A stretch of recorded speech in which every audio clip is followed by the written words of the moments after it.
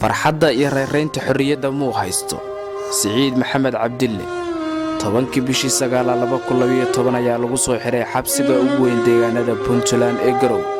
Siciid Maxamed Cabdille ayaa loo haystaa shil uu ku galay gaari uu waday wadada xiriirisa magaalada Garow caasimadda Puntland iyo magaalada Qardho. Siciid Maxamed Cabdille ayaa waxa uu inoo sheegay inuusan haysan tol iyo qaraabo ka bixisa magta loo haysto oo dhan $35,000. hooyadiis ayaa dhimatay intuu xabsiga ku jiray oo dhan muddo 9 sano ah. caruurtiisii weli muusan arkin. dowladda Puntland oo Siciid Maxamed Cabdille mar u sheegtay inay ka bixin doonto magta loo haysta xorriyadiisana uu heli doono weli war kama u hayo. magacayga waxa la yiraahdaa Siciid Maxamed Cabdille waxaan joogaa xabsiga Garowe muddo 9 sano ah xirnaay gaarigu wuxuu ku dhacay Dangaro iyo Xaaji Khayr dhexdooda halkaas uu la dhacay marka intaasna waa xirnaa 9 sano waxaan marka hooyaday anaa xabsiga ku jiray dhimatay aabay waa dhintay ehel midihi cid kale ii joogta male idima soo booqato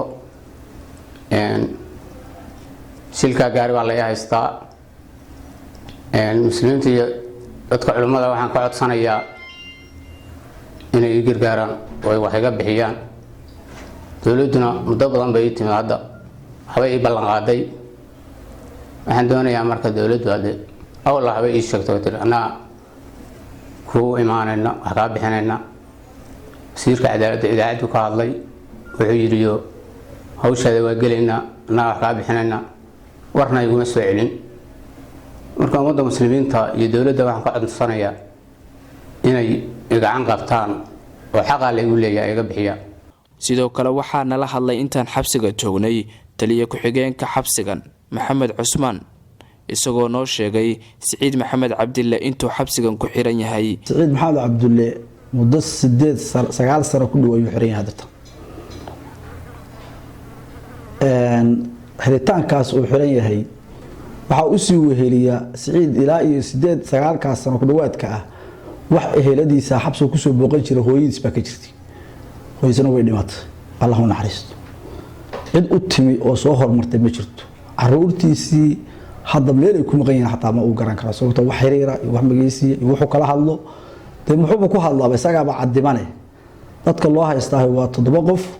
7 qof khayr Allah siiyo culimo iyo dawladdu dad isku dad guddi isku dad ayaa galay arintaas wada fara badan bay ku jireen oo ay dadkaas Siciid wuxuu haystaa wax ka soo dhirinayeen xataa waxay ku soo dhameeyeen 35,000 oo lacag xataa dadka muslimiinta ah oo naxariista leh Siciid waa nin dhiban oo xabsiga lagu soo booqan ilaa iyo waqtiga aan sheegay ilaa hadda uu maanta u joogo wax ehela oo u haysto oo lacagta ka bixiyana ma jiraan dadka muslimiinta ah oo muslimiinta waxaan dadka muslimiinta ka codsanaya Siciid muddo fara badan maadaama xabsiga ku xiraan nin dhibanaanaya nin muslim oo islaamana uu yahay in ay u gargaaraan gacanta u fidiyaan oo u fidiyaan gacan naxariis leh shacabka dawladda guddiga culimada ah dhammaantood inay sidii hore ugu dadaalaan oo ay Siciid laga bixiyo lacagtaas maadaama uu muddo fara badan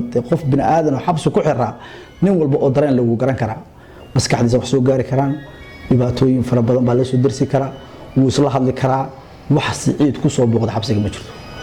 sadarteed waxaan aad iyo aad mar labaad ugu celinayaa in dadka muslimiinta ay gacan u fidiyaan bini aadanimo oo islaamnimo ku jirto wixii heli kara ay ka bixiyaan Siciid 35,000 oo ay guddigu dawladda isugu jira guddiga dawladda ka tirsan iyo qayb ka tirsan oo dawladdu u xil saartay ay ku soo dhameeyeen dadkii casabada u ahaa dadkii dhintay.